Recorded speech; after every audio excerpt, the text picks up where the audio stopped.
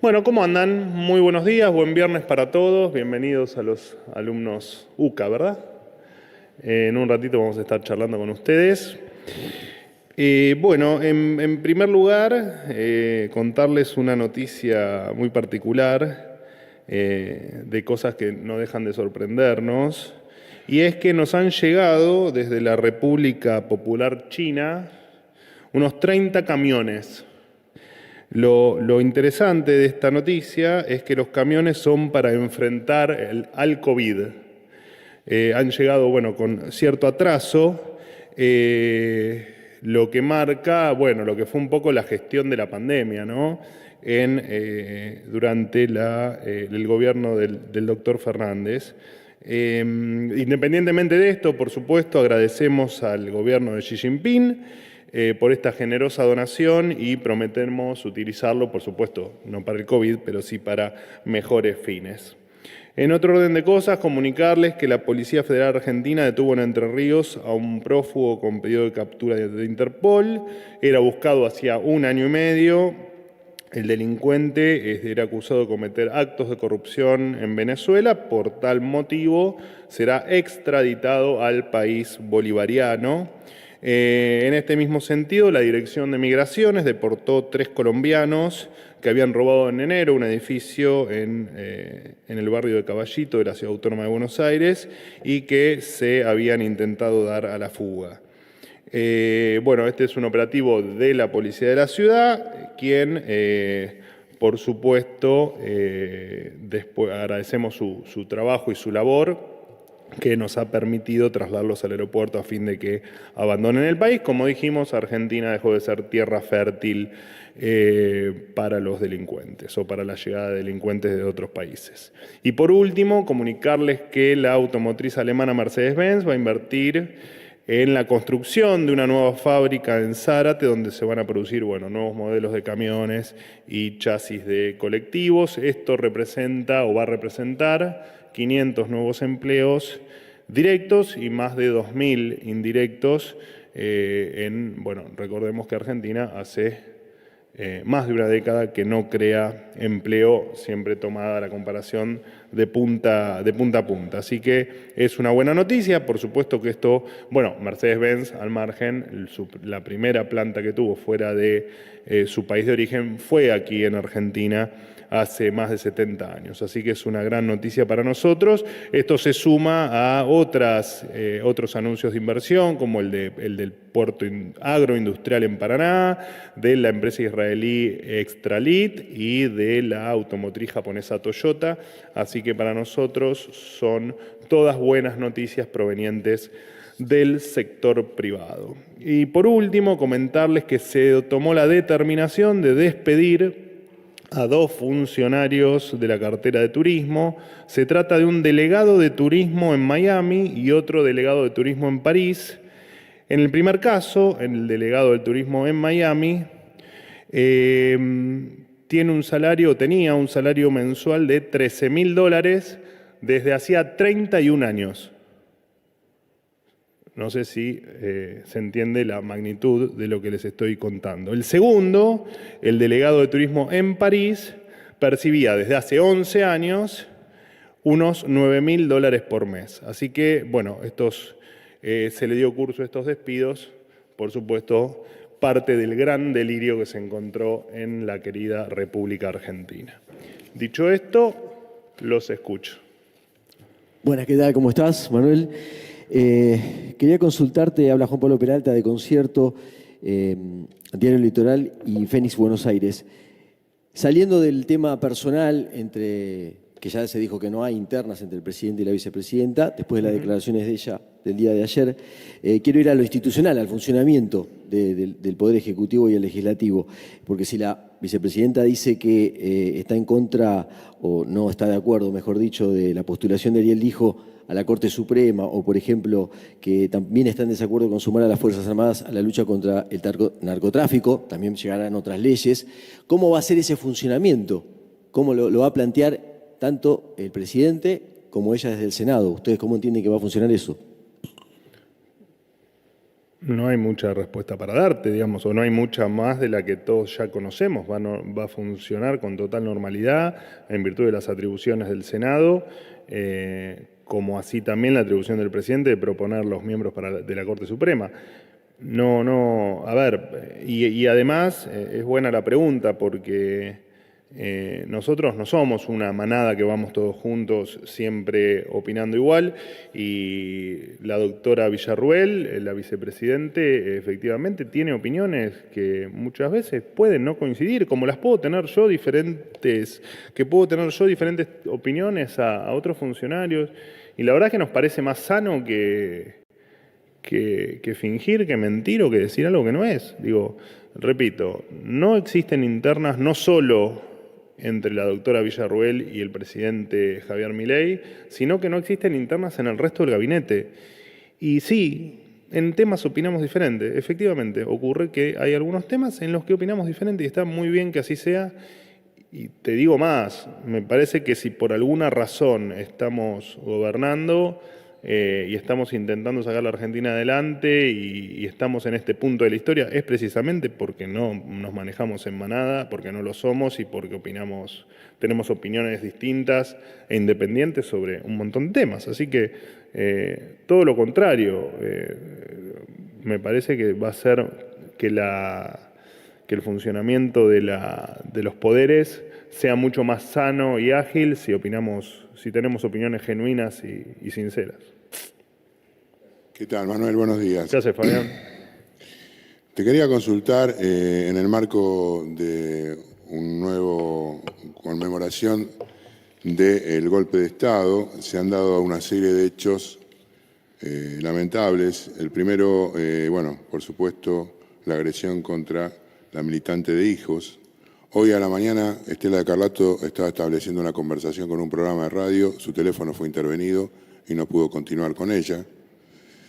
El presidente likeó ayer un mensaje en el cual negaba la existencia del atropello contra la militante de Hijos.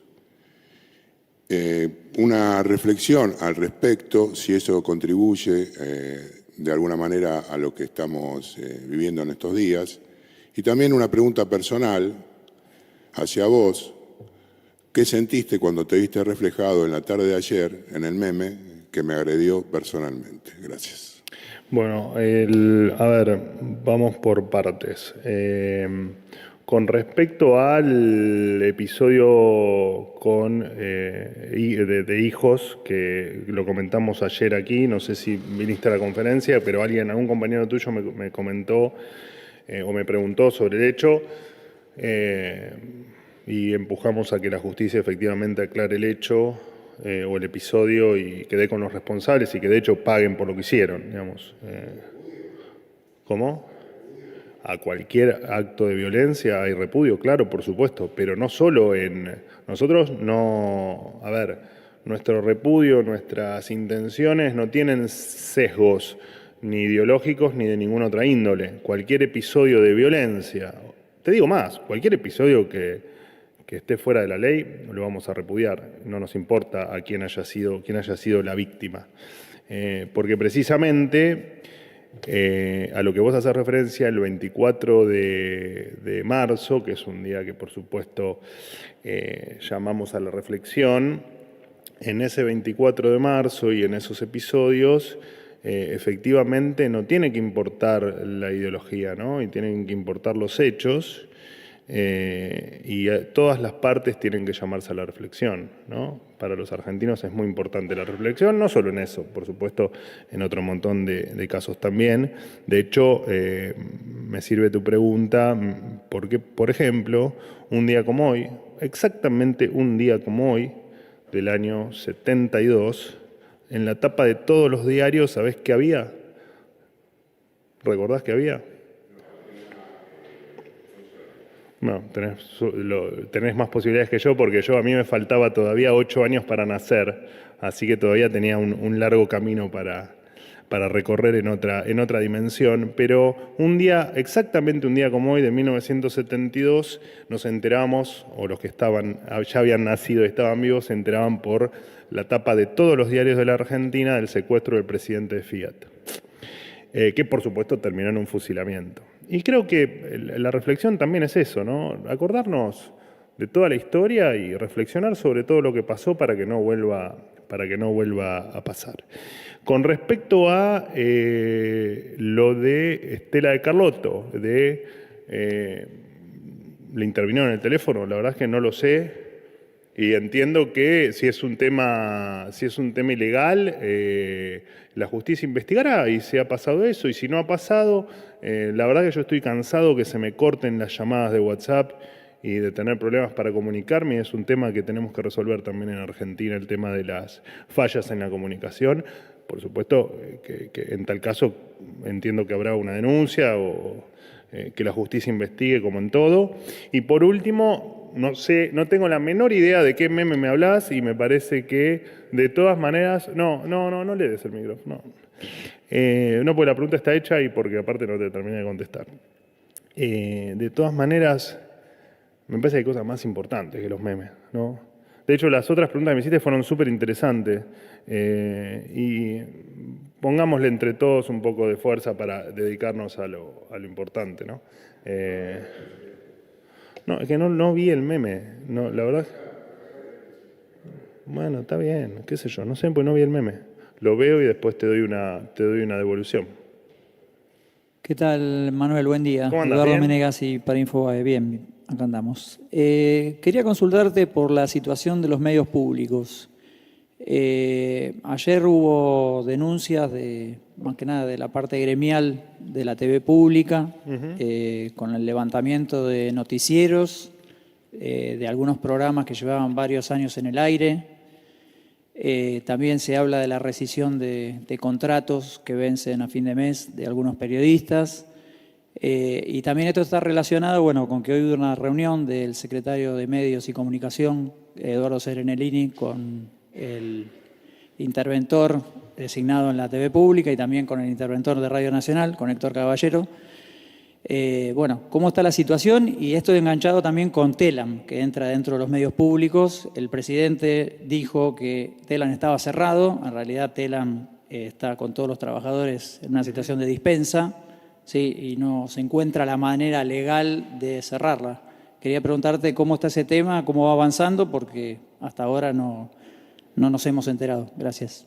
Bueno, empiezo por el final, todo lo que vamos anunciando, por supuesto, siempre con la aclaración de que los procesos muchas veces son un poco más extensos o largos de lo que uno pretende.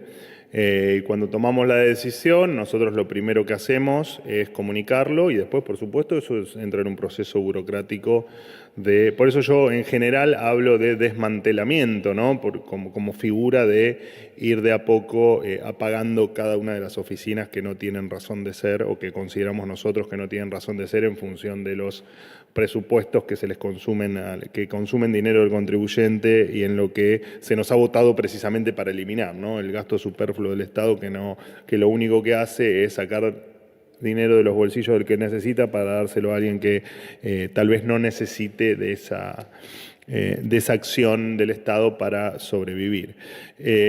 Con respecto a la reunión que me mencionás del secretario Serenellini, desconozco el contenido, entiendo que por las funciones de Serenellini fue una reunión estrictamente de cuestiones de prensa, así que no tengo mucho para aportar, aparte porque desconozco el contenido de la reunión. Y con respecto a la denuncia de censura de Cipreva, que hacías referencia en tu pregunta, un poco en línea con lo que le contestaba una compañera, señalo ahí porque me la hicieron desde ahí la pregunta ayer. Este es uno de los gobiernos que más libertades consideramos que le está dando a la sociedad y especialmente a ustedes para trabajar.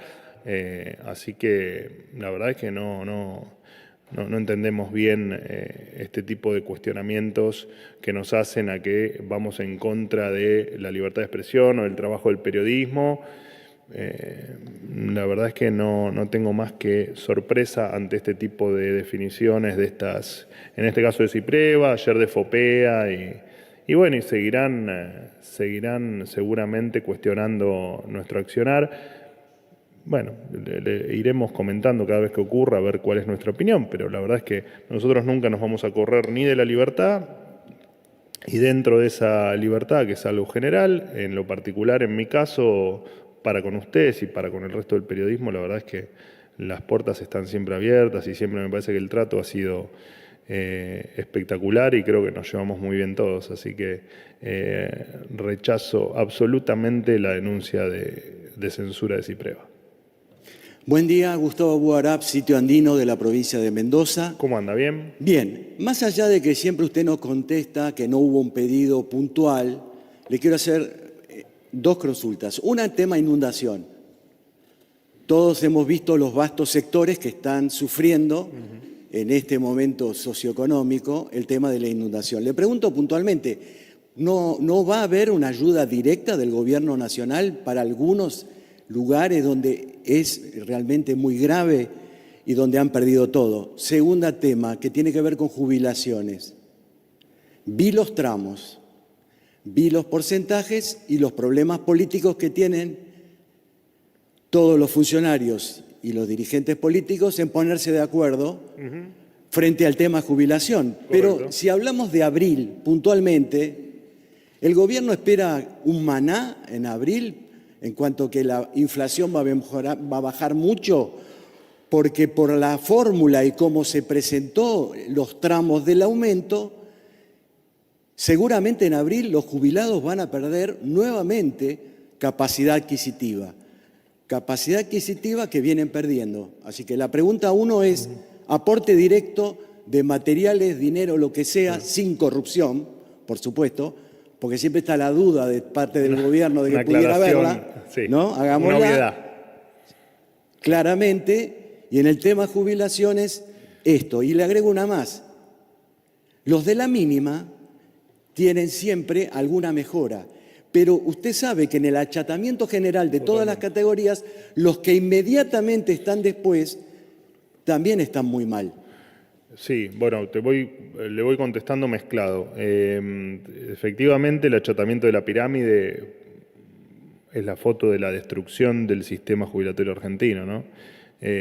Porque como lo conté alguna vez, efectivamente siempre uno habla de incluso ustedes, ¿no? Periodísticamente se habla de la mínima, pero porque claramente abarca el 75% de los jubilados y pensionados, pero claramente el achatamiento de la pirámide estafó a todos, digamos, no solo al de la mínima. Uno usa la mínima para comparar con otros periodos que muchas veces le resulta más fácil, pero la verdad es que el jubilado que hoy cobra la máxima, que por supuesto tal vez uno pueda suponer que la jubilación máxima le alcanza para vivir, pero no deja por eso de ser injusto para el que ha aportado tal vez toda su vida como para tener una jubilación mucho mayor y que hoy el propio sistema no le permite tener una jubilación o un haber mayor.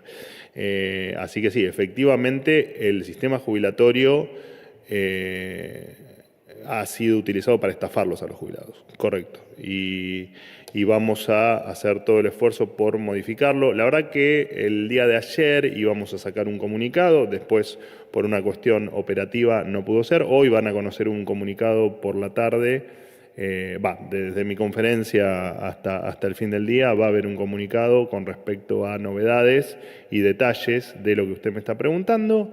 Y con respecto a lo de las inundaciones, le vuelvo a decir lo mismo. Digo, las provincias que consideren necesitar ayuda, las provincias digo porque me refiero a todas las jurisdicciones, ¿no? Y más allá de que puntualmente las inundaciones tuvieron focos muy particulares en determinadas regiones, toda ayuda que se pida el Gobierno Nacional va a poner a disposición todos los recursos que tenga disponibles. Así que, de hecho, yo tengo familiares inundados y esto es así como yo le estoy diciendo. Si los gobiernos provinciales consideran que necesitan ayuda adicional a los recursos que ellos puedan aportar, porque las provincias son las que tienen los recursos para aportar, claramente el Estado Nacional va a analizar, el Gobierno Nacional va a analizar cada uno de los pedidos. No hay mucho más para decir. Buen día, Manuel. Martín Fernández para Radio de la Ciudad. ¿Cómo ¿Cómo te va? Bien. Recién, bueno, la primera pregunta naturalizabas los dichos de la vicepresidenta ayer en la entrevista que le hizo el canal TN. Durante la gestión anterior del presidente Alberto Fernández, cuando pasaba esto con la vicepresidenta Cristina Fernández, también desde la oposición había ruido, se subrayaban esos entredichos, los idas y vueltas. La diferencia es que la vicepresidenta Cristina Fernández usaba cartas vía Twitter y ayer Villarruel, bueno, al menos ayer usó una entrevista televisiva a la televisión.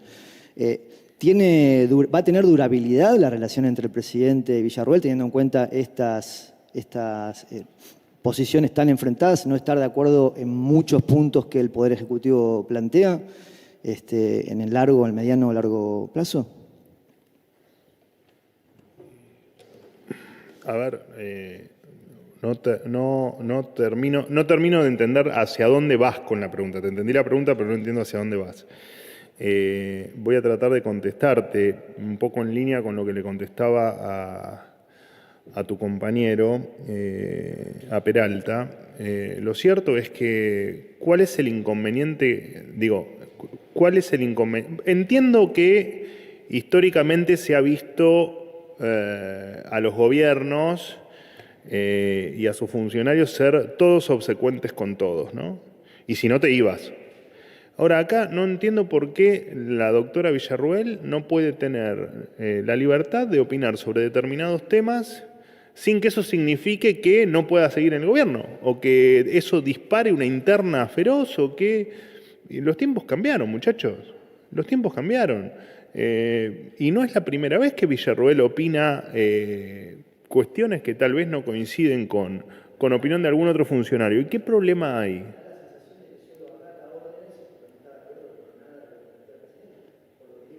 Es que yo creo que la entrevista de ayer tiene una gran coincidencia en muchos temas con el presidente. De hecho, hasta mostró afecto para con el presidente, cosa que me consta que lo tiene. La verdad es que, en serio, tal cual a veces yo no sé si los cuestiono, pero digamos, les marco cuando hablan de internas que no son y de cosas que ustedes tal vez amplifican por su propia calidad de periodista, yo lo hacía también, pero digo, acá no hay mucho más para... O sea, ayer se vio una vicepresidente absolutamente alineada con el norte que tenemos en el gobierno y con algunas opiniones que tal vez no coinciden con la de algunos ministros. Y no hay ningún problema, les puedo asegurar que no hay ningún problema. Ya vivimos un episodio parecido con la supuesta interna de hace un mes o de hace 20 días. Vivimos la supuesta interna de que lo echaron a Guille Franco 5 veces, a mí me han echado otras tantas. Digo, no nos enrosquemos en esto porque es simplemente una opinión distinta a lo que puede ofrecer otro ministro y no hay mucho más que eso, en serio. Pero ¿qué es esto? Esto no es un... Pero primero, ¿qué pasa? ¿Estás ansioso? ¿El qué queda inconcluso? Hola, Perdón, buen día, Estefanía de México, de Milenio. Recientemente se publicó un censo oficial y también un reportaje de Milenio donde se afirma que hay más de 20,000 migrantes argentinos en México, específicamente en Quintana Roo. Y quiero saber cuál es la postura del gobierno argentino por el creciente número de migrantes que están yendo a México a trabajar y vivir. Bueno, la intención es, el gobierno está trabajando, a ver, no es solo con México, digamos, Argentina ha atravesado con algunos picos en las últimas décadas muchos periodos, te diría que casi constante, de argentinos queriendo escapar de la Argentina, en virtud de buscar un futuro mejor en otro lado. México es uno de los países, tal vez, hay varios, pero es uno de los países donde efectivamente muchos argentinos emigran o han emigrado. Y te lo contesto al revés. Vamos a hacer todo lo posible, no solo porque vuelvan los argentinos a trabajar, a desarrollarse y a tener un futuro en Argentina, sino porque mis propios hijos dentro de 20 años no se tengan que ir. Así que esa es la política y ese es el norte, hacer de este un país normal, que si somos gustosos de irnos a México a trabajar, no sea porque queremos escapar de la Argentina y que sea por otras muy buenas razones, que no sean esas. De los estudiantes que nos acompañan hoy de la Universidad Católica Argentina. Les damos pasale perdón, chicos, pero tengo miedo que le agarre algo. Gracias. No, por favor, es un placer tenerte acá. En serio, le agradezco, porque sé que tiene varias preguntas más que responder.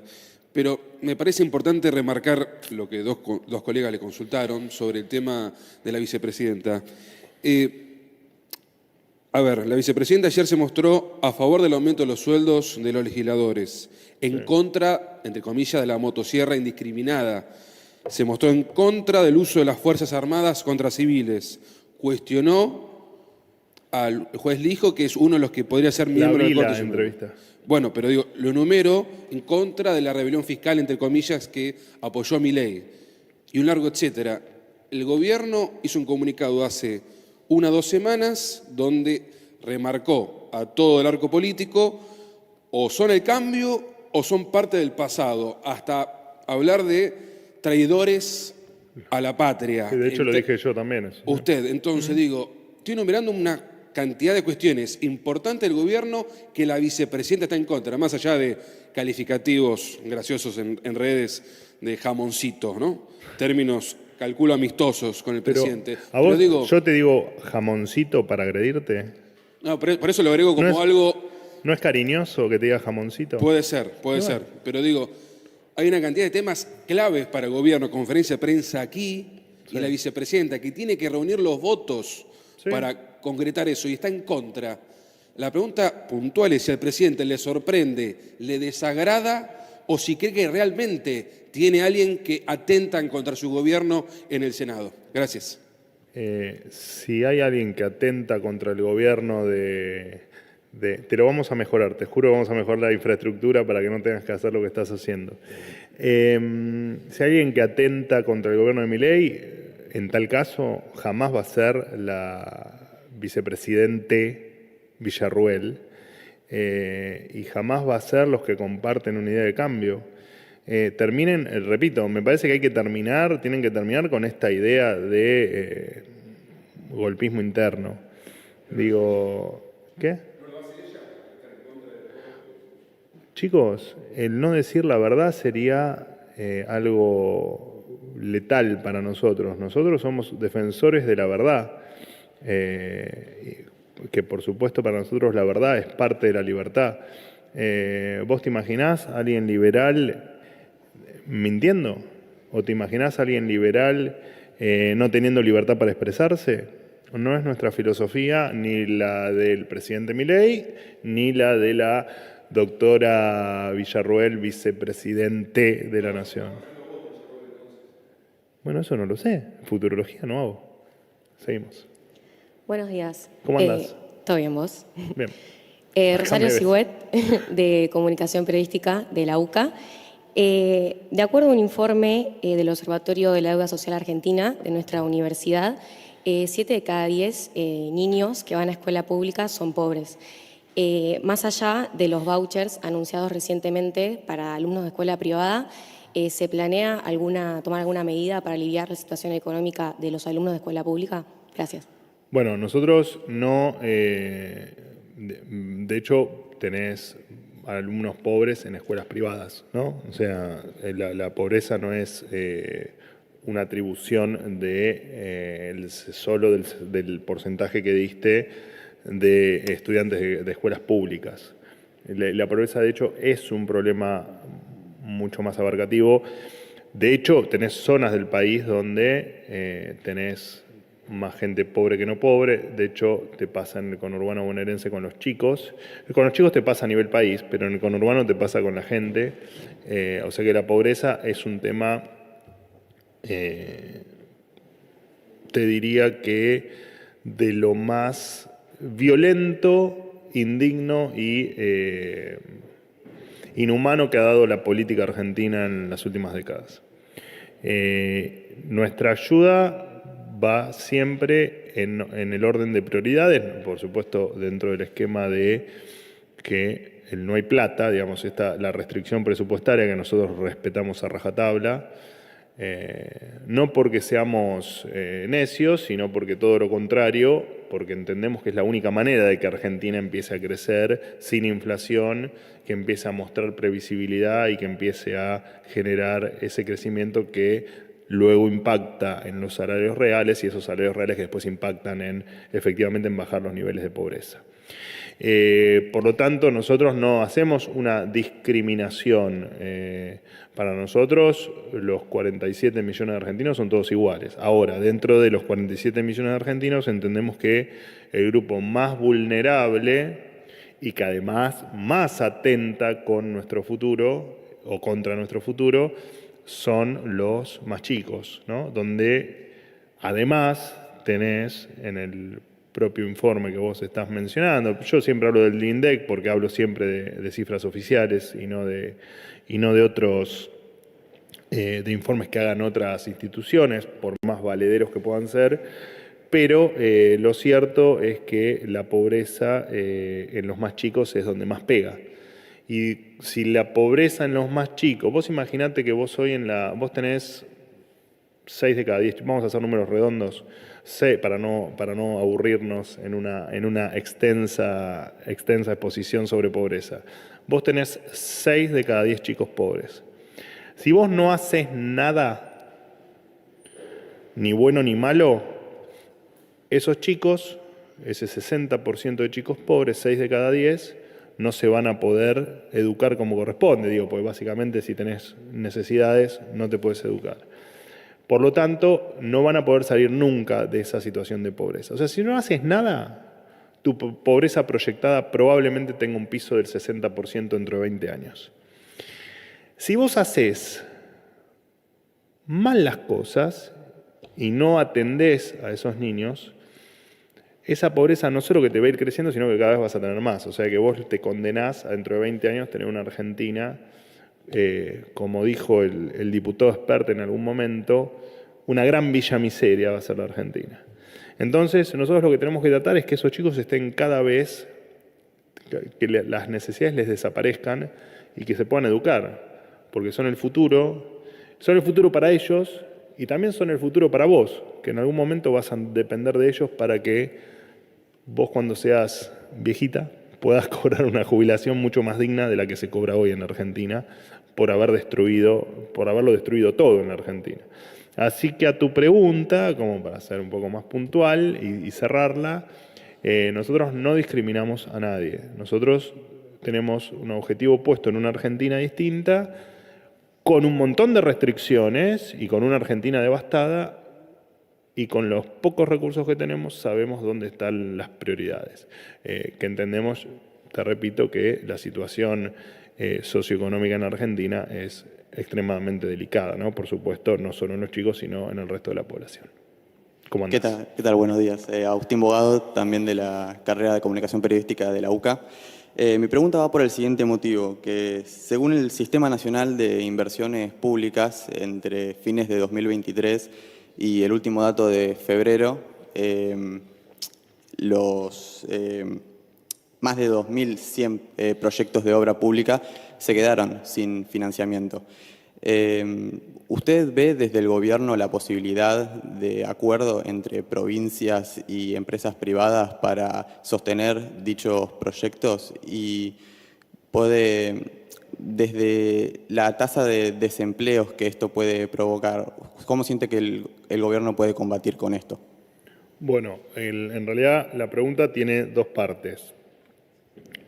Nosotros invitamos a todos, a toda iniciativa privada y a todos los gobiernos a que la quieran impulsar. Impulsarla, de hecho, es nuestro objetivo, ¿no? Por supuesto que son cosas que llevan tiempo y que lleva un proceso donde no es fácil tampoco cambiar la filosofía, ¿no? De que siempre en hacer una obra estaba el Estado atrás, con todo lo que eso implica en materia de ineficiencia, de sospechas de corrupción y de... bueno, lo hemos visto incluso en causas judiciales, ¿no? De gran repercusión. Así que nos parecería bárbaro que efectivamente los gobiernos se apoyen en el sector privado para el desarrollo de grandes obras de infraestructura.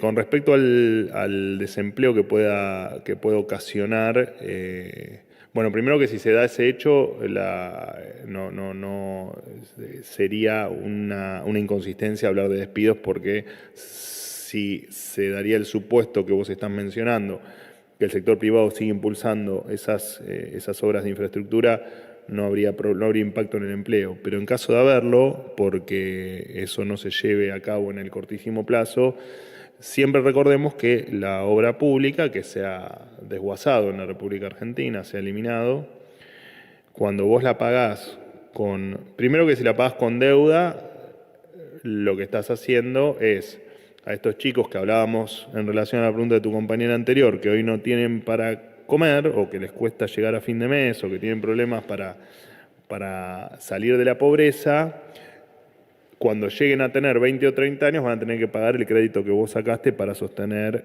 la obra de hoy. Entonces es un tema moral y ético muy complejo. Pero además de eso, además de ser un tema muy complejo, si no te endeudas y lo haces con emisión monetaria como se venía haciendo, a esos chicos, y hablo de esos chicos como ejemplo, ¿no? Nos pasa a toda la sociedad, pero si vos lo pagas con emisión, estás haciendo que esos chicos lo poco que tienen se le termine pulverizando por la inflación. Y tampoco estamos dispuestos a hacerlo. Entendiendo un contexto donde hemos recortado no solo obra pública, sino otro montón de cuestiones, lo hablamos incluso cuando tus colegas o futuros colegas periodistas acá me preguntan, bueno, ¿y si cierran tal instituto o si cierran tal organismo? ¿Qué va a pasar con esa gente? Y que yo siempre contesto que, en definitiva, nadie que le agregue valor a su lugar de trabajo va a quedarse sin trabajo, y aquel que no agrega valor y que se va a quedar sin trabajo, o sin el ingreso, porque trabajo no tiene, ¿no? Tiene un ingreso. Lo cierto es que del otro lado hay un chico que no tiene para comer que lo está manteniendo, de alguna u otra manera, sea de manera directa o indirecta. Así que apelamos, y acá sí, en línea con lo que le contaba tu compañera, apelamos a ordenar este desastre y que efectivamente estas preguntas desaparezcan porque no sean necesarias, porque Argentina está en un nivel de crecimiento y de desarrollo que no nos tengamos que plantear qué pasa si cortaste un grifo del Estado con los que de ese grifo vivían, tal vez a costa de otro montón de gente que se esfuerza todos los días para llegar a fin de mes. Buenos días.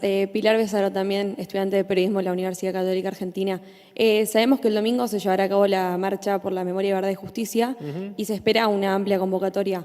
Tengo entendido que un colega mío se lo preguntó esta semana o hace unos días y quería saber si se activará el protocolo antipiquete y también si el presidente se expresará a lo largo de todo el domingo mediante redes sociales o algún discurso sobre este importante día.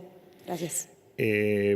A ver, el operativo está a cargo del gobierno de la ciudad, el permiso ha sido solicitado al gobierno de la ciudad, el permiso ha sido otorgado por el gobierno de la ciudad, por lo tanto, nosotros no tenemos nada que hacer, absolutamente nada que hacer, excepto que, por supuesto, el gobierno de la ciudad nos requiera o nos pida algún tipo de soporte, apoyo, así que apelamos a que sea, repito, le decía a nuestro compañero que se retiró Fabián, esperemos que sea una jornada en paz, de reflexión, de verdad, y efectivamente entiendo que va a haber algún tipo de spot, pero no, la verdad es que no hay nada en agenda para el 24 de marzo, para el domingo. No sé si me habías hecho otra pregunta, no. Bueno, buenos días. ¿Cómo andás? Muy bien, ¿vos? Bien. Florencia Guzmán. Cansado. Sí, es viernes igual. De la UCA también. Y según un informe del Observatorio de Argentinos por la Educación, 7 de cada 10 niños en los niveles más pobres no alcanzan el nivel mínimo de lectura. Y después 3 de cada 10 en los sectores más ricos tampoco lo hacen. Por lo que desde el gobierno consideran alguna medida para mejorar o algún plan para mejorar la calidad educativa de las futuras generaciones.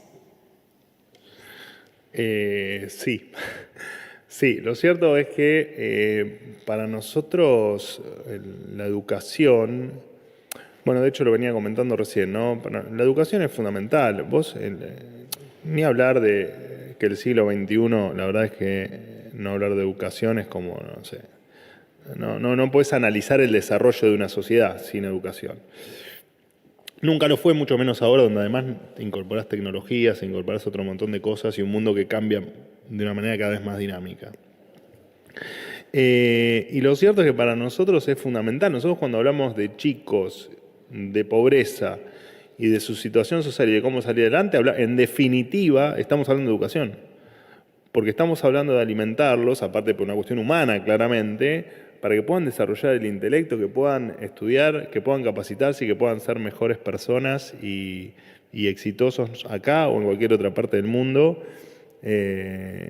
Y para nosotros efectivamente es fundamental que terminar con este desastre educativo, porque han hecho un desastre. En el último cuarto de siglo, lo cierto es que la han despedazado a la educación. Y la han despedazado en otro montón de aspectos que no me voy a extender, pero que todos sabemos.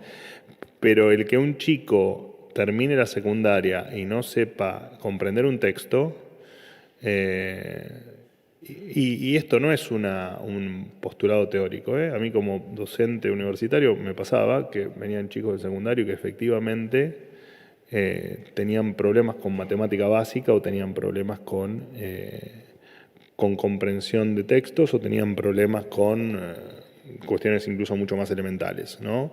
Como la expresión oral o como la defensa de una idea. Así que sí, claramente hay muchísimo por hacer, no hay nada puntual, porque acá no hay cosas puntuales, sino que hay cuestiones integrales en un proceso que han tardado un cuarto de siglo en destruirlo y que nos va a costar mucho volverlo a poner en el valor que merece, ¿no? Y en una educación, Argentina en materia educativa, en algún momento fue la envidia del mundo, ¿no? Y fue uno de los países más avanzados en materia educativa, y haber perdido eso es seguramente una de las mayores tristezas que tenemos todos los que soñamos y siempre quisimos un país absolutamente diferente a este. ¿Hacemos una más, decís vos? Miren qué bueno que está el chico del micrófono, como le digo yo. ¿Otra vez vos? No, vos te dale de un compañero tuyo. Sí, pasale de un compañero. Vamos, chicos, van a ser periodistas, muchachos. ¿No hablan ahora? ¿Cuándo van a hablar? Bueno, hola, soy Fiorella Queralotti, también compañero de los chicos acá de Comunicación Periodística de la UCA. Le pregunto también relacionado a, yo sé que dijo que lee más los informes del INDEC, pero un dato del Observatorio de la Deuda Social Argentina en nuestra facultad, que más de un 60% de los niños y adolescentes sufren de inseguridad alimentaria. Si bien estuvo hablando de la pobreza y demás, le quiero consultar si desde el gobierno, desde el Ministerio de Capital Humano, se dijo que se iba a mutar, si se quiere, la forma de financiar mediante un envío directo. Sí. Quiero preguntarle si esto se está implementando y en caso de que se esté implementando, si está funcionando. Gracias. Efectivamente, el desorden era, por supuesto, transversal a todas las áreas del Estado.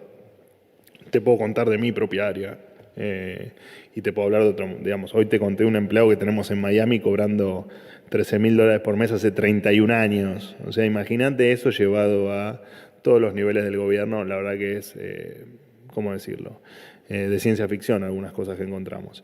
Y una de las cosas que encontramos, tal vez más dolorosas, porque en definitiva estamos hablando de la comida de la gente y de la dignidad de las personas, es el tema del manejo que había con los alimentos, ¿no? Esto de transferir tal vez a comedores donde no había la gente que uno en los papeles iba a encontrar o pensaba encontrar, el cambio de la calidad en los alimentos, donde el Estado adquiría determinado alimento y llegaba otro, y además la falta de lo flojo de papeles que estaban muchos de los comedores. Y todo eso se está regularizando, es un proceso muy largo. Hay muchos que ya están regularizados, a los que ya se le están transfiriendo lo que le corresponde o lo que consideramos que le corresponde. Nosotros siempre vamos a trabajar y estamos trabajando en ayuda directa, en tratar de... Nosotros siempre hablamos del intermediario en el plan social, pero nosotros queremos eliminar cualquier tipo de intermediación por un montón de razones, muchas obvias, como el que el intermediario no haga negocio para sí mismo, sino también para ganar eficiencia y para entender qué le pasa a la otra persona, ¿no? Porque esto también de limitar, y esto es, bueno, Sandra Petovelo es una número uno en lo que hace, pero lo tiene muy en claro Sandra Petovelo.